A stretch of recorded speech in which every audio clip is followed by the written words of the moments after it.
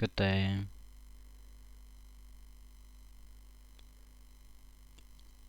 So,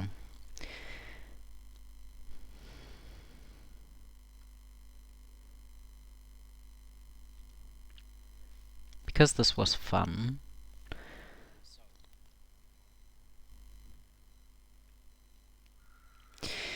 yes, sorry. Because this was fun, I'm going to do it again. Um, crap. I just opened something on my secondary laptop. Screen, I mean. Shit. Wait, hope you didn't see that. Hear that. It's very hard to guess what you can and can't hear. So, I want to do this again because it was fun and I still have more to talk about. This time, as you can very clearly see if you watched the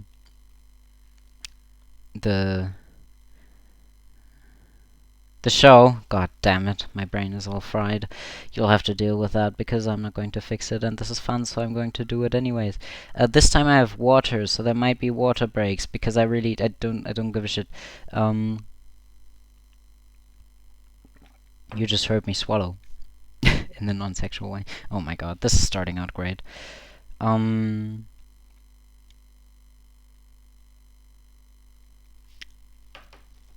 I want to talk about Nimue. The beginnings of this will always be awkward because I'll be distracted. Yes.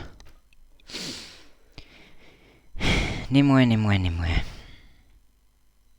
She's a special kind of person.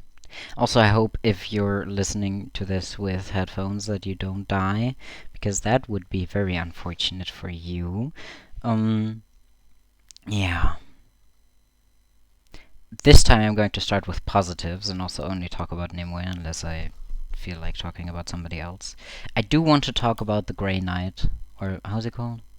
The Weeping Monk, because I think it could be fun, because I think he's actually pretty good in his design.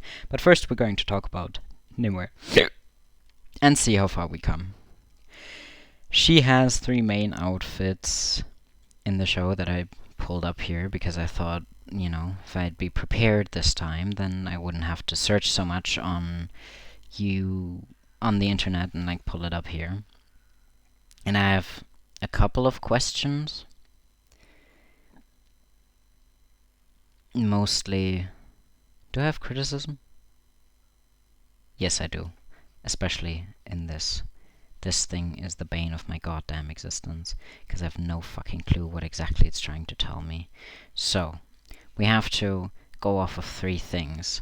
That Catherine Langford, the actress, is a pretty busty woman, so that will just have to be taken into consideration with the character design. What the fuck is this actually? Is that supposed to be blood that just dry? What is going on here? Is she okay? I think she's okay. I think that's like fake blood. That has to be, anyway, that has to be taken into consideration with the character design, and that's completely fine, but I want to actually do that nice thing again where I pull up new stuff just because I want to compare.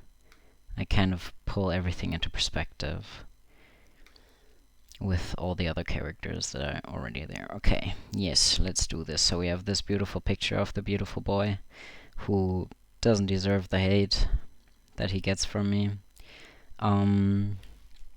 Yes, so one thing I really want to speak about is that they at least did one thing, and that's keeping her in always this blue. Like, she always has some blue in her color scheme. This looks more like gray, but it's actually blue. Here. And it's always there, and that's really good. Now, one thing that I question, especially in this outfit, is why they decided, and actually also this outfit, why they decided to keep her with her hair open, because I know that, sure, actually I don't know. I can only guess that it has to do with fake culture. Oh, one thing about Nimue that exceeds character design is that we know that she's the daughter of a priestess, but she can't speak Fae. And that's something that really confused me, because we know that like her people were very interested in the culture. She wasn't in any way apart from it, so why exactly doesn't she know anything about it? Okay, yes, good. I already said the thing that I like that they kept the colors correctly. Like, kept her in one color scheme, which is blue here. Let's put blue for Nimue. Yes, she's in the beginning, she's just a random girl in a random village, and she's the daughter of a priestess. Oof, actually, I do have something to talk about with with the first design, let's say.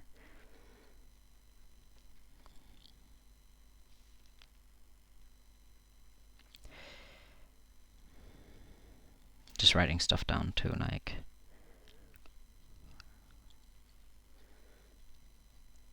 Keep it in mind for myself. So, one thing that I think is a terrible shame is that even though a lot of the side characters that are Fae are incredibly detailed, we never really get to see the same care put into the main characters. And that's a damn shame, because it makes no sense. Can I can I do the thing I said I'd avoid and try to find pictures of the Fae? Because they all have some sort of like cohesivity to them. You find really high quality pictures out there. Wow, that is sarcasm in case you didn't notice.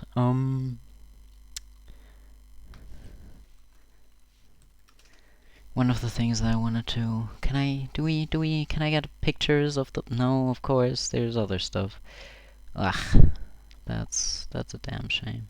But we do get to see the pretty... There was a wedding. Let me just put it like that. There was a wedding. Ooh, I found one of the wedding pictures. It might be really shitty quality. It looks like it's really shitty quality. Ooh, it's so bad quality. No, I can't show you that. Crap. Well, there's a scene where there's a Fae wedding, and they call it a... What did they call it?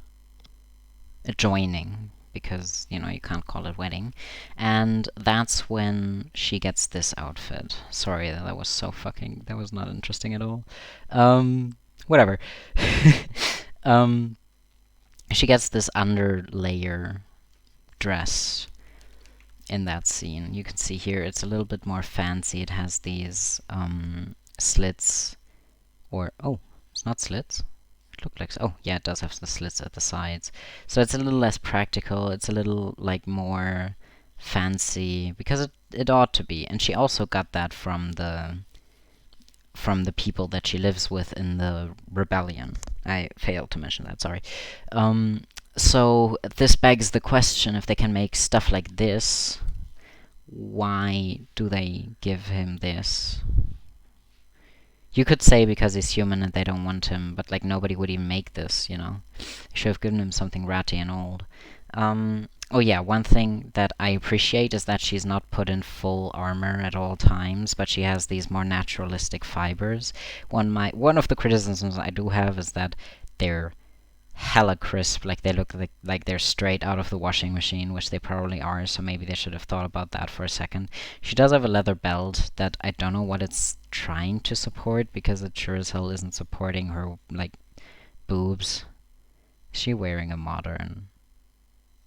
I'm confused by this line, because I'm confused if she literally just wore a modern bra under it, which would be obviously acceptable, but then you would have to kind of find ways to not let it show, because if it does show, it pulls you out of the immersion, to be honest. Yes. I have thoughts about this later, though. Okay, let's start at the beginning. This is her beginning outfit. I cut off her head, but that's okay. Oh, now I deleted all my notes. It doesn't matter. We have her in this blue kind of natural fibered gown with the weird... It could look... Let's take a quicker look at that, or like a closer.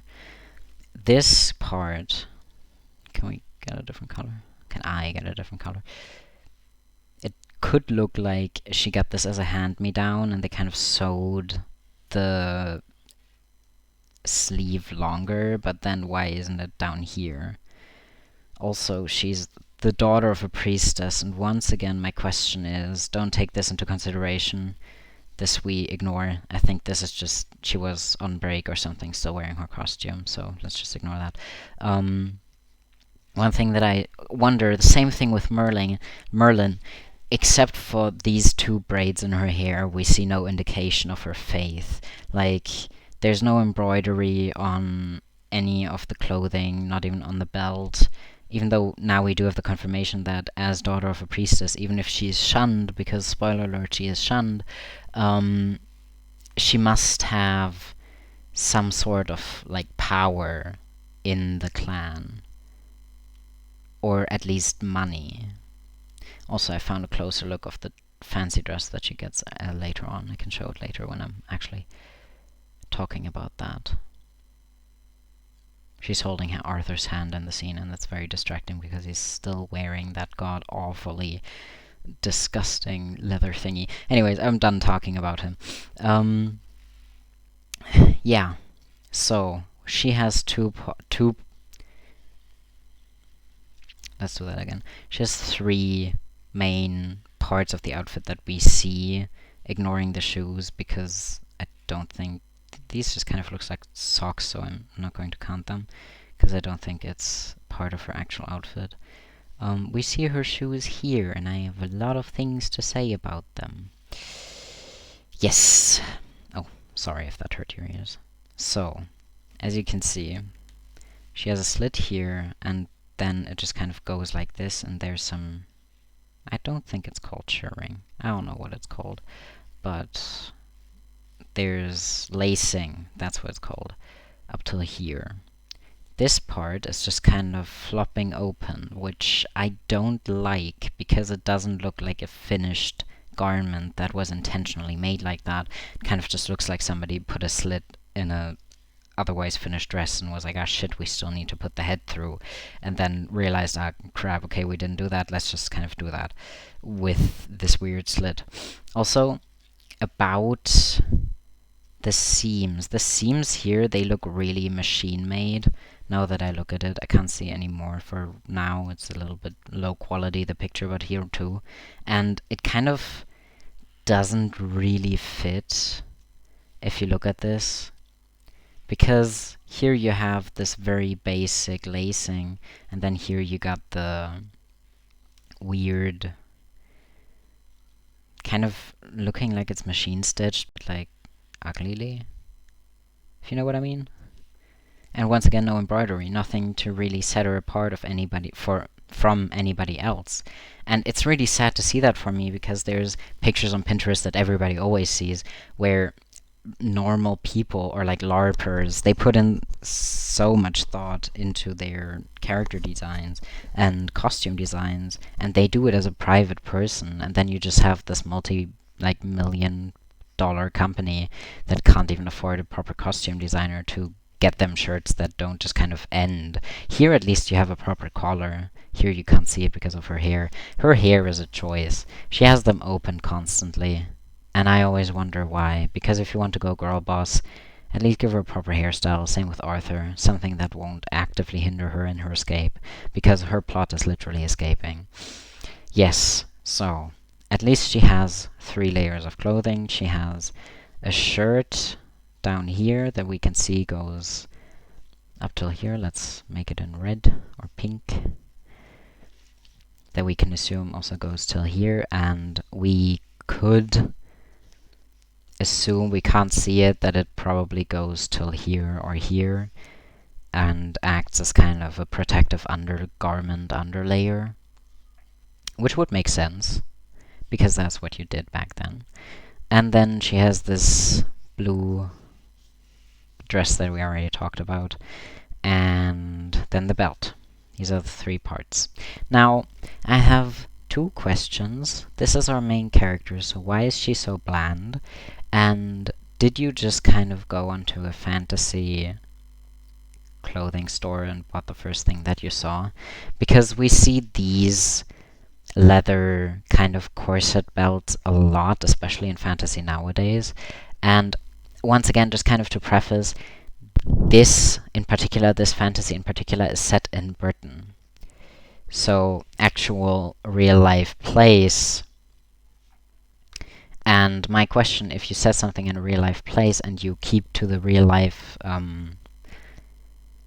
places, names, and mythology, why the hell do you not also keep, at least take inspiration from British fashion around the time that you're trying to portray?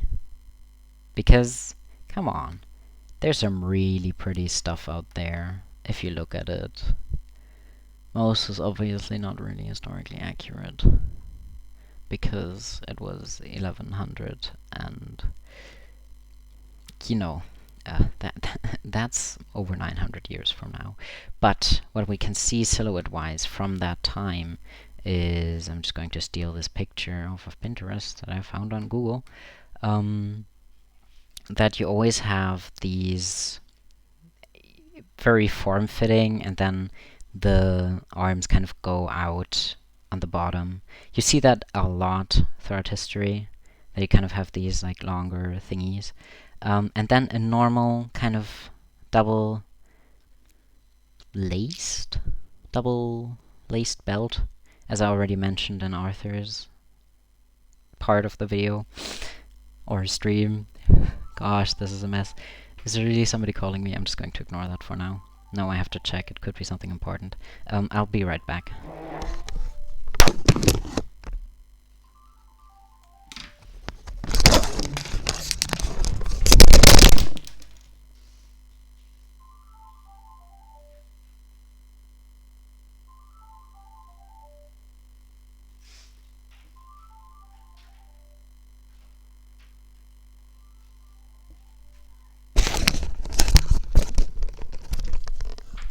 That must have hurt your ears, but, yeah, that was nobody I know, so I'm not going to take it, because it's 8 o'clock.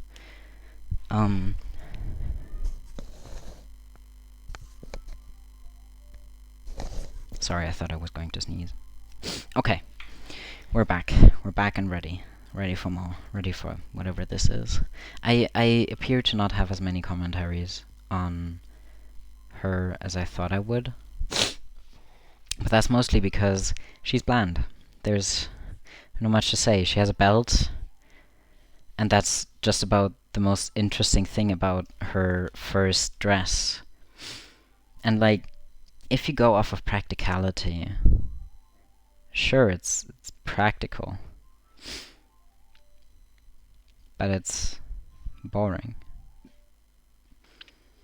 And since this is a fantasy where they don't even take, any consideration to the historical, kind of basis of it, why make it boring? Like, you could have embroidery here, you could have embroidery here, you could have some necklace. I know I always put necklaces, but I think they can be, really personal and interesting. You could have, once again, something hanging down of her waist, some, bag, or some, clay. These are round, these would not be round, but clay bottles where she could put some herbs and stuff like that. Just because she's a person who's out and about, and we don't really ever get to learn what she does in her village, except for existing and wanting to leave. But yeah, you could do stuff like that. Also, one thing about her dress is that it's incredibly form. It doesn't really give you a form. It's not flowy or very straight. It's just kind of there. And that's something that I don't really like, because if you're going to give a person a dress, then at least make it special. This one is an interesting one because I think it's actually pretty effective. She has this pretty lacy thingy. Wherever she would keep that on is a question for another day. I'm going to pull up the picture where she actually wears it without the overlayer, just to compare. Because I think that's also very interesting. Wait, let me grab this, put it here. And then grab this. Oh yeah, I want to, for 1 second, go into this picture.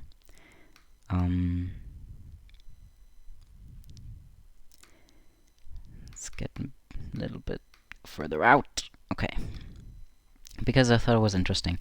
This isn't 100% historically accurate, as nothing will be, but it's closer to the silhouette one would expect.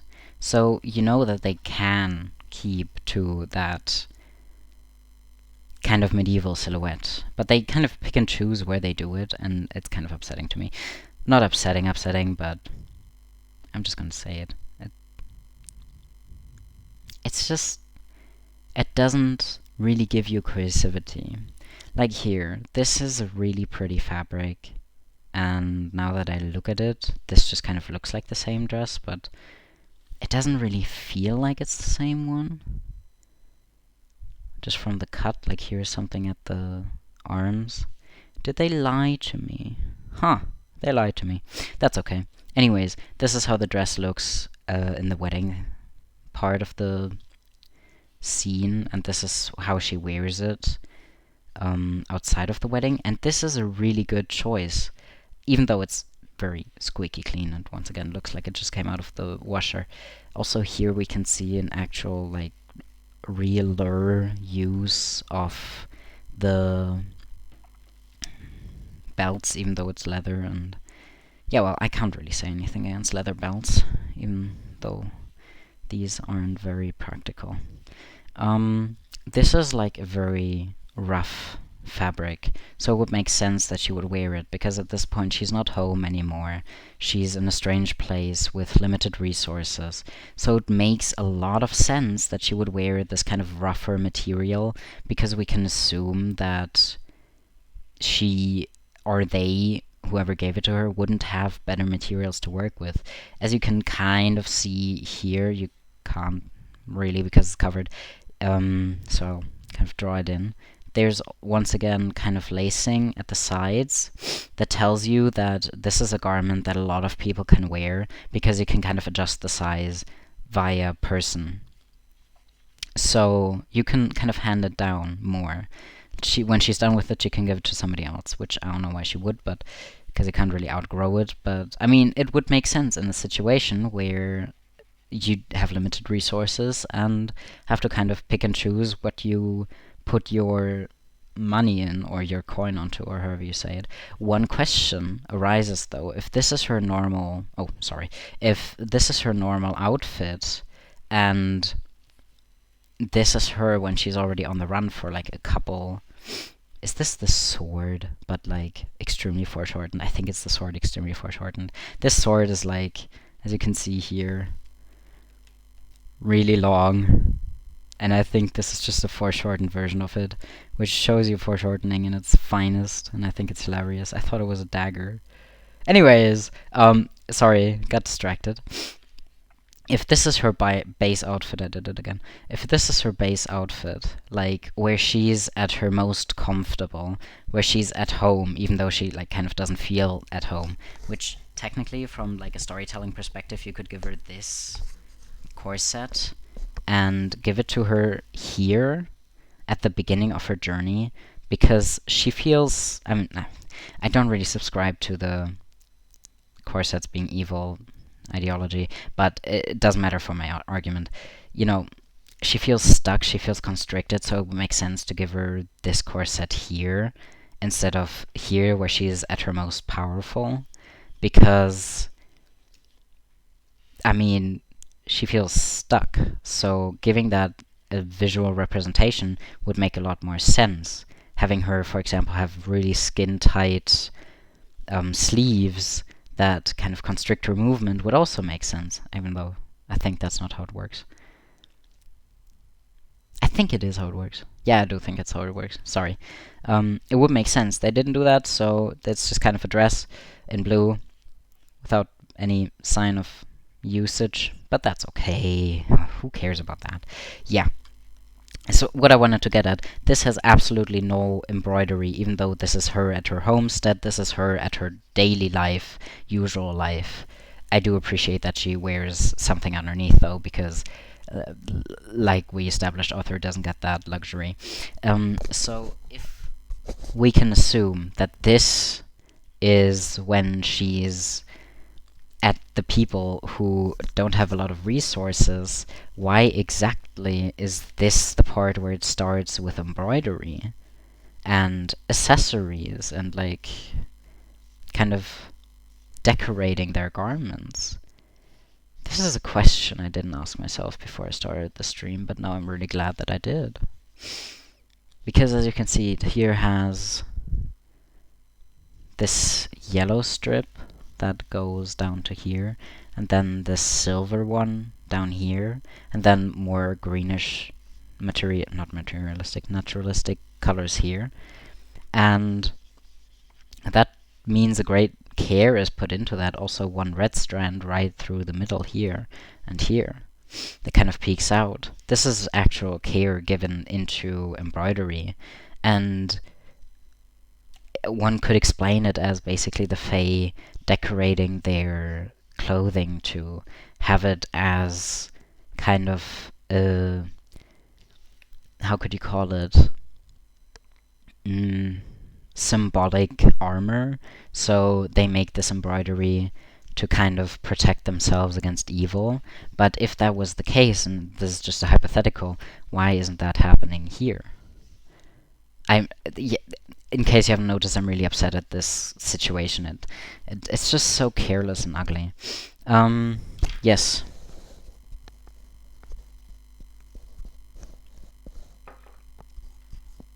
Sorry, had to drink.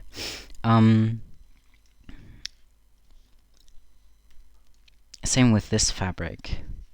I quite like it, and it's like for special occasions, but it's not really a dress that if you had to flee you would take with you. Maybe you would to sell it or something, but then you wouldn't keep it. So why is exactly this a gown that is like so see-through, so expensively made? Why is exactly that something that kind of survives? Also, I like this, how it looks in this version, way better than... Did I already? No, I didn't. Here. Than in this version, because here it looks way too modern. It looks way too modern, like a fabric you wouldn't really see in the Middle Ages, but more in like your local costume Hobby Lobby thingy for like $10. Do you know that really... It feels disgusting to wear this fabric, but it's like super shiny and very see-through. That's how what it reminds me of now that I look at it. I do like whatever is happening here, because it at least adds interest, not that I really understand why. And once again, it gives me a very modern feel, which is kind of odd. But oh well. More on that later. Or actually not. Yeah. But here, at least, she's like gained more power, which means that she has like a more elaborate outfit. I think it fits her better than this one too. Maybe they did do something right, and I'm just not giving them any credit for it.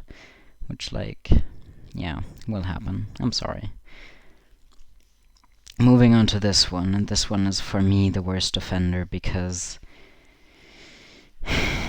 it's so senselessly made. If we move in on this, it has one kind of side seam here, here, here, here, here, here, and that's all fine. That's kind of how you construct a corset. You know, you have these different parts, and you kind of put them together, and then you put in the boning in these boning channels, I think you call them, and that's that. That's quite okay. But why? Why exactly is it that they felt the need to add these things? Because we can very clearly see here that they don't serve a single function. They're just put in. And for reasons that, like, I can't really fathom, because there's no practical use for it. She also lacks a belt in this one, which is kind of funny because where is her scabbard, like, tethered to? Where is it? Where is it? How is she holding it? Holy shit, how is she holding it? Because you'd assume that it's like a belt that kind of holds it, and usually that's what it is. What the fuck? What is happening here? This is so weird.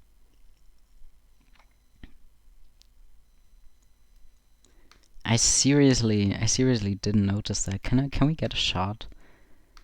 Oh, okay, apparently. Huh, but that makes no sense. I'm just checking, and there's one scene where apparently it's just two very, like, small leather straps. That is so weird. Does she carry, like, a little backpack? And you just don't see it because of the hair? I am so confused. Okay. Crisis. What the hell? Okay. Okay, anyway, back to whatever the frick is going on with this thing. So, one thing that's cool is that it's blue because it follows the line of, like, her basic coloration. Why is this, like, dirty yellow here? And also, one thing that baffles me most, except for the fact that this exists, because I think it's more, like, distracting from the garment itself than adding to it, is you can very clearly see that all these overlaps, they didn't even bother to, like, sew it inside of the corset so that it kind of folds over and gets tucked in the back. So it just kind of frays out of here, and as you can see here, I don't exactly know what's going on there, but it doesn't really look all that pleasing. And one big thing that I also think is really weird about this design choice is that out of all of these three outfits that she's worn up till now, this one, I think I talked about that in the beginning, I forgot. This one looks the least movable. So, like, this is the part where she tucks her skirt into her corset. How she does that, I don't know. Why she has to do it, I don't know either. And she has these weird also leather pants, which, why would you ever do that? And these weird boots that I don't really understand the purpose of, because if we look at it, it has lacing here and it has lacing over here for reasons unknown to me, but whatever. And then these weird thingies here. The boots are just very busy in general, but so this is where she's at her most practical, she's at her most kind of travel ready. She has foregone a dress because that would be too feminine or something. I never know why they do that. But they also didn't give her, like, fake. They could have given her, like, a fake pants situation. So, like, it looks like a skirt, but she can move her, like, legs independently from the other one, so she can ride without problems and stuff. Like, the practicality aspect, I do understand, but I think there would have been more elegant ways to kind of deal with that than just doing whatever they did with this situation, because I think it doesn't give her a nice silhouette. Not from, like, a beauty standpoint, just from a design standpoint. Yes. I was wanting to say something and now I forgot. Oh yes, movability. Here she looks like she can move very well. Here she looks like she might have trouble bending over with this belt. But here she looks like she can't really do quick movements to either left or right. And also she looks like she would have trouble to really, like, ride a horse, which we do see her riding, so can't have been that uncomfortable, but if I imagine myself riding in that, I would probably not like that at all, because it's pressing onto here, and it's kind of... Sure, it keeps me up straight, but I think it would like dig into my hips after a while, and I just wouldn't want to wear that. Not that I would wear it, but hypothetically. Gosh, this is even more rambling than the other one, I'm sorry. But it's fun, so I don't give a shit. But all of it just, I don't know, it just seems so uncomfortable. And instead of having embroidery and instead of having like anything, now you go with these weird leather strips that are literally just wasting fabric, even though it's established that the Fae don't have a lot of fabric and just resources to waste on something like that. One thing that I also want to mention again, why are her hairs still open? She's needing to ride, she's needing to do all kinds of things, and there's just not a way to achieve that with the hairstyle that she has, to be honest. Because right now I would be worried that it gets stuck underneath my armpit, that it gets stuck in my corset, that it kind of just gets stuck in my scabbard, that it gets stuck when I try to put my sword in. Like into my scabbard.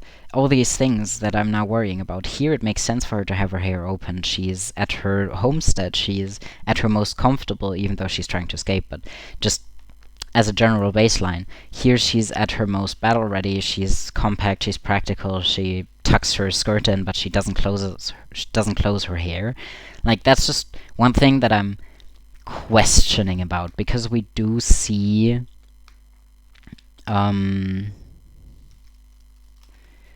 we do see a lot of Fae that have their hair at least closed on a baseline.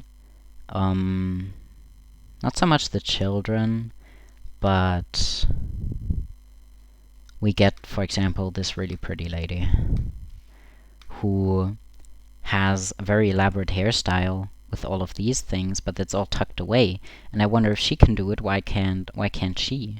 Because we know that even though she is one of the most human Fae, she's still a Fae, which once again begs the question why exactly she doesn't know the Fae language and all that, but it is what it is. Just, you know, makes ya think. And that's all things that, yeah, I don't know, add up to a feeling of kind of inconsistency. Also, once again, what the fuck are these pants? They're just, yeah. And this boot situation feels, in comparison to all the other things that we've seen so far, it feels more like a pirate boot that you would see in like a pirate show than in a fantasy show set technically in the 11th century. Yeah, all that stuff. Also comparing her to this pretty lad, I'm not sure. I mean, you could say that here the what's it called? The front. I guess the front. It is consistent, but is that a good thing is my only question. And then if you look at him, obviously he doesn't really fit into this at all. So it doesn't really give you, as I mentioned the last time, it doesn't really give you this cohesive feel of like one world that has different factions that all kind of move in the same pace, but just kind of gives you this thrown together feel. Now, to the last aspect, how would I fix it and can I fix it? I can't fix it because I don't make the show and I can't pretend that I'm an industry professional. I'm just an 18-year-old dude trying to distract himself from the fact that life is scary, but I would definitely, where did I draw it on? Yes, I would definitely either put her into the corset in here and kind of adapt it into this a more like homey feel. And I think I would actually really like to give her like a split skirt where she keeps the silhouette of the time period, but can still ride without having to ride on these, like, lady saddles, how they called it. Ooh, I'm gonna have to sneeze. Sorry. Lady saddles where you have to have one leg here and the other one up here or something, and you can't... I mean, I think you can gallop, but it's weird.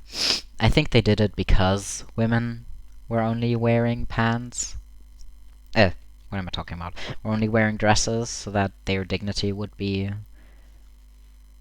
preserved, but we can't really say if this is a female-driven or male-driven development. I just remembered I used to have a Schleichtier, or like a figure, like a female figure that rode on a Darmsattel.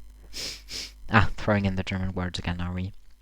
Well, anyway, you can keep the corset if you want to go with like an armored vibe, but then I would actually make it look like it's an armored piece, like that she's accepting the fact that she's a warrior now, and kind of having it flow into maybe even a small piece of like leather strips down here to make it look more like an actual gambeson.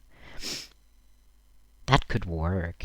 I'm not sure how well it would work, but I think it could work. And then having this split skirt, because if you, for example, put it this short, it doesn't really impede on her movement. So that could work. And it would give her still this like silhouette that in the 11th century that we know from her, and that was historically more accurate than whatever the fuck this is. You know? Just, you know, you could do that. And once again, I would give her a whole shebang of like stuff that she carries with her because she is a healer's daughter, which would mean that she's a healer herself, and maybe like I said with Merlin has like herbs and stuff like that just on her belt, which would it be historically accurate? I don't give a shit. It would be fun. It would add texture to her character. And I think that's all for now. I think I can be happy with that. I think this is okay. I think this is a good stopping point for this discussion. I don't really feel like going into the Weeping Monk this time, but that's okay. I'll go into it next time, if I feel like it. I don't know how often I'm going to do that. I just felt like it. I should stop saying that all the time. Okay, hope you enjoyed. I'm going to save all of these as permanent videos. At least I hope that you can do that, because that would be cool. If not, then I'm going to like cross-post them on YouTube. Yep. Okay. Wish you a good night, or day, or whenever you actually end up watching this. Okay. Oh, crap. Bye-bye.